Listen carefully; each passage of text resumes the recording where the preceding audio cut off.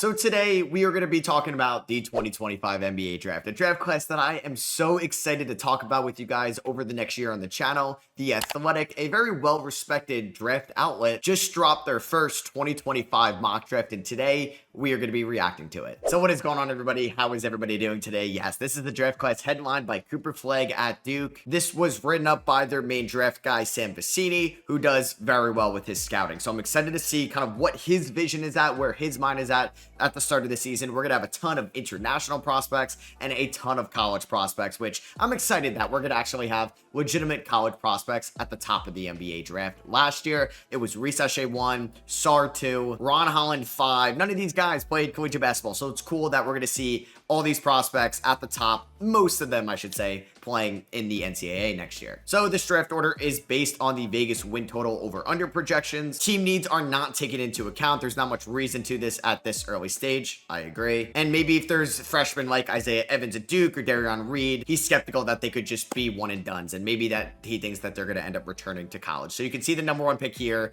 Brooklyn Nets, Flagg. I mean, there's no debate about that right now. And for a team like Brooklyn that doesn't really have a lot of high-end offensive talent, like next year, Cam Thomas most likely going to be the number 1 scoring option for this team. I expect Cam Johnson, Dorian Finney-Smith to be off of this team at the deadline. There's an opportunity for Flagg to be the number 2 scoring option for the Nets next year, which I think is going to be really good for his development. He is going to be an impact defensive player right away, a good complementary piece on offense. I do think we would need to slow down the hype a little bit. Like, he's not going to be able to be a Wemby out of the gate offensively. He is by far from a perfect prospect going into this, I think, evaluating year for him at Duke. Like, there's going to be some ups, there's going to be some downs, there's going to be some scoring nights where he's just going to have 6 points, maybe take 3 to 4 shots, and he's going to get his teammates involved because Duke has a loaded roster this year. He's 17. He's going to turn 18 in December, so he's actually going to have a couple months under his belt at the NBA level at 18, and he could be a transcending defensive player in this league because of his lateral quickness, because of his ball skills on the ball, and even his IQ off the ball. He's going to be an elite shot blocker of somebody of his size, and I hope his court vision really develops where he's one of the best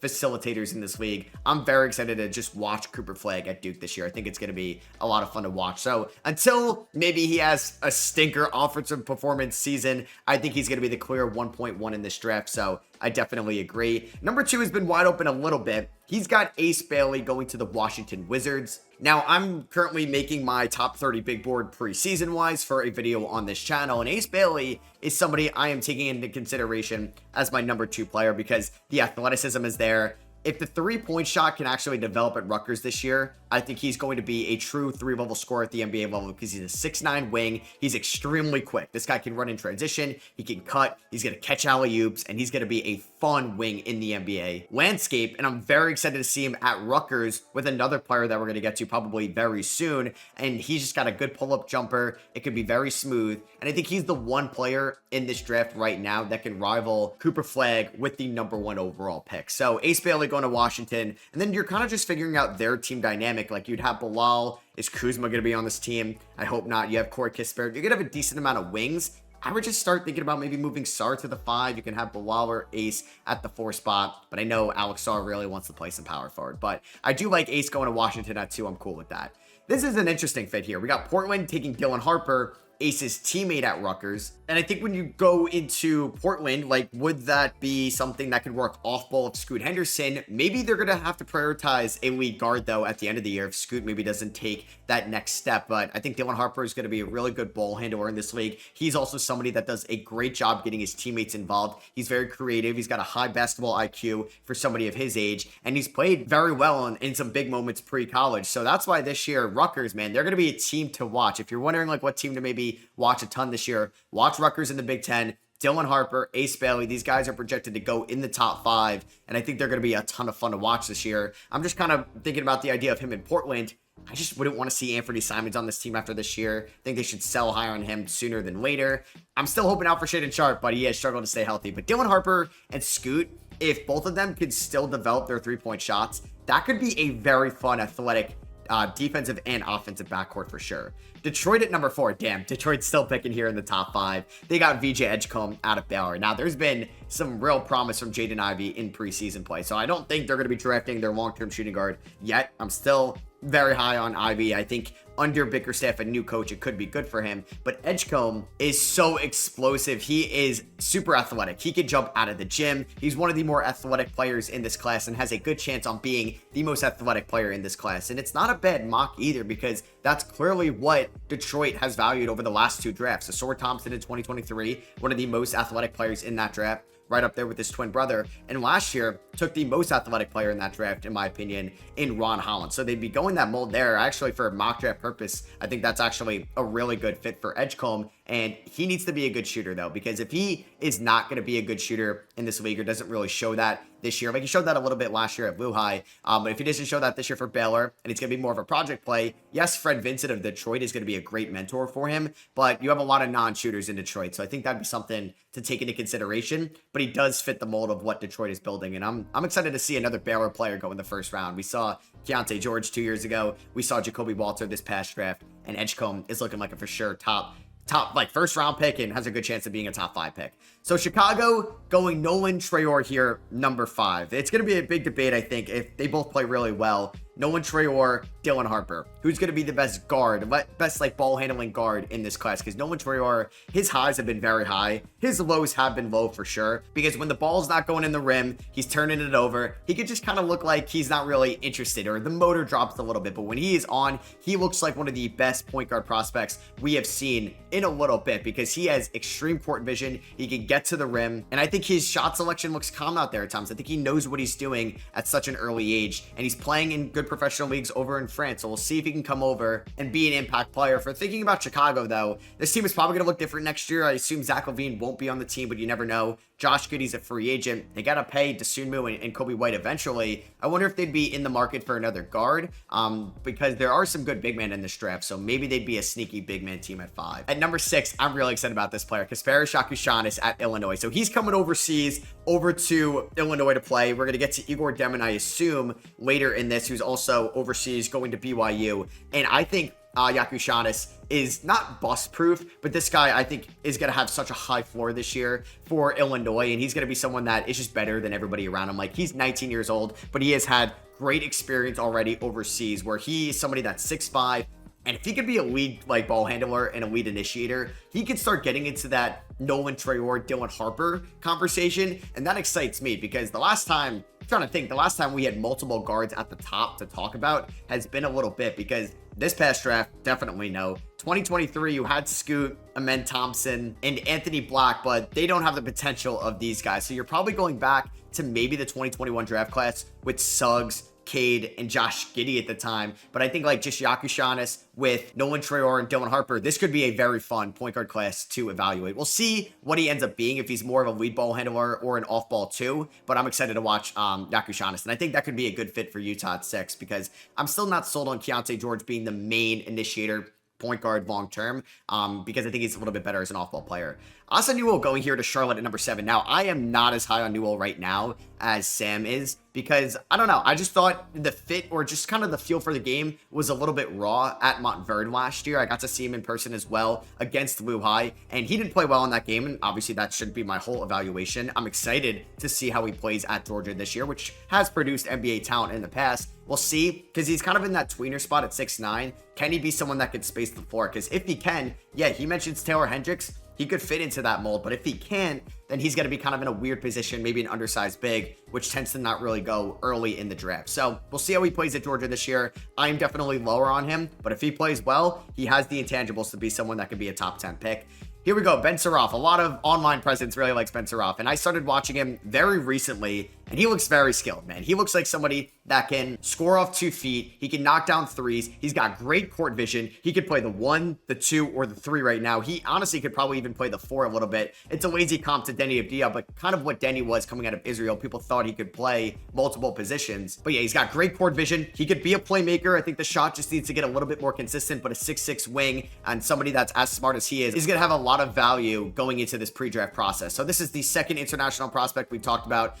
Nolan Traore, and now Ben Saroff, who's playing at Killian Hayes' alma mater, which is funny. And him in Toronto, I don't mind either. I'm excited to see Toronto at a top player, hopefully, in this next draft class. Okay, he's got Con Knipple here at number 9 to San Antonio. This is the pick from the DeJounte Murray trade. Now, I'm scared about Knipple this year. Not scared entirely on his play, because what I've seen from him so far looks very skilled, and I think he's going to be an aggressive player out of the gate. It's just Duke has a lot of mouths to feed, and we'll get to somebody else that I could be a little bit worried about. I'm sure in a little bit he's got to be in this first round, because it's going to be Cooper Flagg show. It's going to be Tyrese Proctor, Isaiah Evans, who we talked about, Darren Harris, a top freshman, Kamal Malak, a top freshman as well. There's just a lot of mouths to feed at Duke, and I don't think all these guys are going to end up being in first round conversation. So it looks like Isaiah Evans was the one he had dropping. We'll see how about Con Knipple this year, but good size, good ball handling ability, and I think is a great shooter right now, which could definitely have some value. We've seen those guys go high over the last couple of drafts. We saw Reed Shepherd and his shooting catapult him up to number 3 last year. Grady Dick a few years ago. They can go high. Liam McNeely, speaking of shooting, San Antonio 10, I love this as a complimentary piece to Wemby. I loved watching him at Montverde last year. He was a perfect complimentary piece to Cooper Flagg there. Yeah, that Montverde team was stacked. And over here at UConn, playing under Dan Hurley is going to be a lot of fun. He's going to be probably similar to Alex Caravan, a little bit on the older side as a prospect coming in, but I think is going to be someone that probably fits that Grady Dick mold, but I think more athletic and a more aggressive attacker at the rim, and definitely better defensive upside. And hopefully Danny Hurley, who's done a great job developing these guys defensively, like Stephon Castle and Donovan Clingan last year, and even Tristan Newton, even though he was an okay defender. But I think Lee McNeely has really good 3-and-D potential coming out of UConn, but you never know, maybe he's going to be someone that's not a one and done, but we'll see. So here's our first non-freshman in college basketball, Colin Murray Boyles, who I think if you went into the draft last year, could have been a fringe first rounder. I thought honestly would have been a first rounder, so I was kind of surprised he didn't opt for it. At South Carolina, he is going to be one of the best defensive players in this draft class. The switchability on him is phenomenal right now. He's going to be a sophomore at South Carolina. Now, this is just title odds. I'm not sure why he has the Clippers getting this pick. This would go to OKC, and this would be great for them. He could eventually replace probably like Kenrich Williams next year and develop something into more long-term, because if he can have an offensive game round out this year and be a good two-way player, the physicality could definitely be an NBA caliber wing/forward, especially on the defensive end. But hey, if you can't shoot, it's tough to make it in this league. So we'll see how he's going to be this year at South Carolina, because 6'7" at the NBA level, I think it's too small. Even though he's physical, it's too small to be a center right now. Donnie Freeman at Syracuse. I'm excited to watch this year for sure. This is probably one of the bigger Syracuse prospects we have seen. I mean, Judah Mintz was there, but as a freshman, 6'8", this guy does have the potential to be a lottery pick going into this year. He's got a good-looking mid-range jumper right now. If he could become a consistent three-point shooter at Syracuse, show the defense as well. Beautiful complimentary piece out of the gate. Not as polished as Jordan Hawkins was at UConn, but just in that mold going forward. And that could be great for Golden State. I don't know if he's the guy with the boomer bust potential that maybe you want to take here that can pair up with Steph, but maybe he ends up replacing Moses Moody or somebody like that going forward. OKC, with Houston's pick now, man, it's just going to be like OKC's competing for a title and is going to have potential multiple lottery picks. Drake Powell out of UNC. Now, this is a guy I thought maybe could be enticing to Golden State because he's got boomer bust potential. Him and Ian Jackson, these guys are insanely athletic. They can attack the rim. They are able to hit open threes right now, catch and shoot off the dribble. They can jump out of the gym, and they're just a lot of fun to watch. I don't know the odds of both Ian Jackson and Drake Powell blossoming this year, because RJ Davis is going to get his touches. Elliot Cadeau, the returning sophomore, he's going to get his touches as well. But these guys playing off each other, it's going to be fun to watch some top-tier freshmen at UNC once again. Number 14 here, the last pick in the lottery, Atlanta via the Lakers from the DeJounte Murray trade, Jaleel Bethea. Now, I think I would go Trey Johnson right now preseason over Jaleel Bethea. I think he's just a little bit more polished with the decision making and what he can do in the half court. But Bethea has super high potential as well. And obviously at the end of the year, we're going to look back on this, and not all these guys are going to pan out or have great freshman years. But this incoming class for wings that can dribble, pass, shoot, and just jump out of the gym is very impressive, because there's just multiple guys that could do all of that. And Atlanta could get maybe the Trae Young backcourt partner in Bethea. Now, they don't own their first round picks, so if they're picking in the lottery, they hope it's not with their pick, because that's obviously going to San Antonio. But there's going to be so many options. Like I talked about Trey Johnson, who hasn't been drafted yet here, Ian Jackson, Dink Pate, who's the next pick. There's going to be plenty of guys that they can evaluate properly, could find that next guy that could be the backcourt partner with Trae Young long-term, if it's not Dyson Daniels or Kobe Buffkin this year or long-term. 15, OKC via Miami. That pick, I believe, is lottery protected, so that'd be a perfect spot for them right outside it. Dink Pate from the G League this year. He's going to be playing in Mexico City because the G League Ignite disbanded. And he's fun, man. He's 6'6". He's got good size, good ball handling ability. He didn't shoot the ball the greatest last year for the Ignite, and he obviously wasn't one of the top options there. That was Matas or Ron or Tyler Smith or Ethan Almanza. And that was just kind of a dumpster fire as well. I hope that Mexico City prioritizes his development this year as well, but we're going to see him as more of an on-ball player and an off-ball player. He's definitely a wild card upcoming, but I think the defensive upside is there, where if you're Ryan Dunn, somebody like that, there's going to be value for that in this league. 16, yeah, Hugo Gonzalez to the Pelicans. I have Hugo as a top 10 player in this class right now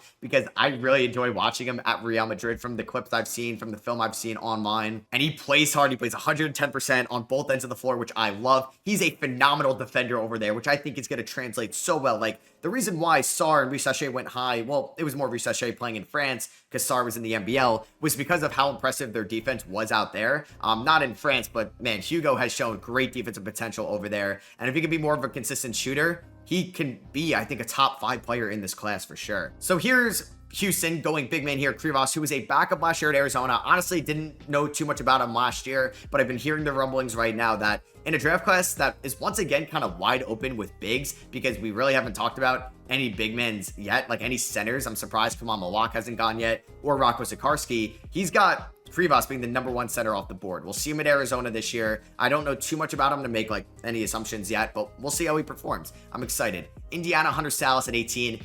Yeah, this kind of just screams spacer, man. Combo guard that can pass, dribble, defend, and shoot. I thought he was going to be a first-round pick last year if he declared for the draft. He doesn't. We'll see if he can improve his draft stock this year at Wake Forest. Same with actually the next guy who I thought was going to be in the draft last year, in Alex Caravan. He decided to stay for another year at UConn. One of the best three-point shooters in the draft. One of the smartest, like, off-ball players. He can cut at the right time. He knows where to be at all times on the floor, and that's just because he played under Dan Hurley, and he's incredible at that. So him in Sacramento would be really fun, but this pick would also go to Atlanta from the Kevin Huerter trade. Orlando going Kamal Malak. See, this is why I was kind of shocked to see Malak go this low. Now, I'm not super high on Malak right now. I need to see him at Duke. Obviously, he played great for South Sudan in the Olympics, but I don't want to do what I did last year. I really liked the Dave Mara last year, coming over to UCLA overseas, and it didn't work out. But Malak is definitely more athletic and I think more skilled right now. We just got to see how it works out at Duke. He's 18. He's super raw. Even like Ulrich Chomsky of the Africa Academy last year, there's a reason why he went so late in the draft and probably could have used another year of development, like playing collegiate basketball. I don't even know if he could. Probably not. That's why he went in the draft. But Malak, we got to see how he progresses this year at Duke. Big wild card right now, because if he doesn't play well, could be a 2-year Duke guy, but if he plays out of the gate, hey, it worked out for the last Duke big that went in the first round, and Derek Lively, even Filipowski last year. John Schreider has done a good job in the post-Coach K era developing bigs. So 21, we are going to have Trey Johnson going to Memphis. I mean, I love this for them. Oh my God, I think Trey Johnson should go above Jaleel Bethea right now and maybe be above Drake Powell. I think he's going to be someone that is going to be super aggressive. He can lock in defensively. He's going to be a good off-ball defender as well. I'm really excited to see him at Texas this year. I think Texas is actually going to be pretty good. Rocco Sikorsky, I actually like a little bit more than Kamal Malak right now. I'm surprised because Sam Vecini, I think, has ties. I think he might actually live in Australia. So like he can see Rocco a ton up close, playing in the NBL at times. And I think looks really skilled for somebody that's 7'3", still skinny as all these 18-year-olds that are 7'3", but I think he's got a good feel for the game. And I don't think looks as clumsy as you would think with somebody looking at him right now. And if he continues to develop, I think he could be a top 10 pick. I think he could be a top 5 pick because he could be an elite shot blocker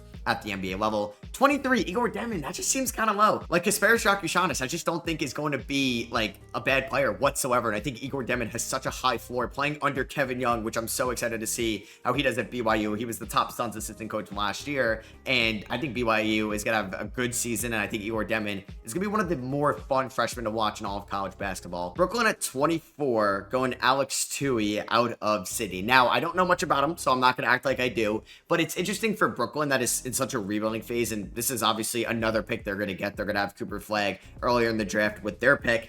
I guess taking like an older player isn't the worst idea, and say maybe he's a good shooter or good at specific like aspect. I think that's fine because at the end of the day, going double raw prospects, and Cooper Flagg isn't raw, but taking someone that's maybe an 18-year-old, 19-year-old that is more of a 3 to 4 G League play, when you already have some other young guys on your team, maybe it's better to go somebody older. And 6'8" wing does sound enticing. So there's plenty of guys still on the board that I like here, like Boogie Fland out of Arkansas. I think could be somebody at this spot here, and I'm sure we'll get to some guys as well. Kwame Evans, like I think he's probably a little bit more raw of a prospect, but hey, he's coming out of Oregon. He's somebody that played collegiate basketball last year.